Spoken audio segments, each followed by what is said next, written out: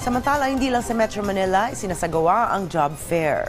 Dumagsa rin ang mag-job seekers sa iba't ibang lugar sa bansa. Ang detalye sa report ni Jessie Atienza ng PTV Cebu. Rise and shine, Jessie. Pinangunahan ng Department of Labor and Employment o DOLE ang isinagawang 2024 Labor Day Job Fair sa Lawag City at San Nicolas, Ilocos Norte. 7 job seekers ang agad hired on the spot.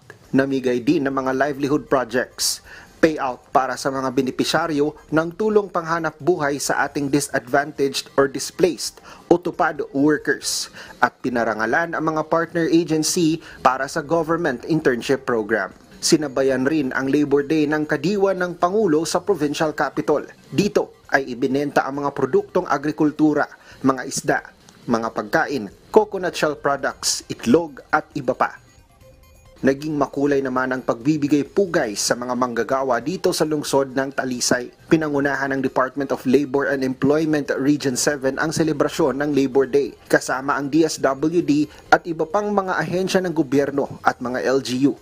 While we celebrate Labor Day and while we celebrate our workers, rest assured that we also have to tell ourselves that ato ang tagsatagsa katrabaho, di lang ato ang pamilya atong gitamangan, kung dili atong isig katao, atong komunidad, kung ato ang sosyedad.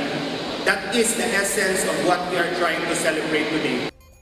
Sa Davao City, 10,000 bakanteng trabaho naman ang dinagsa ng mga aplikante. Ayon sa DOLE, Region 11, nasa 44 na mga local employers at 7 overseas employers naman ang lumahok. Maliban sa employers, mayroon ding one-stop shop ng iba't ibang government agencies para mapabilis ang pagproseso ng employment ng mga aplikante.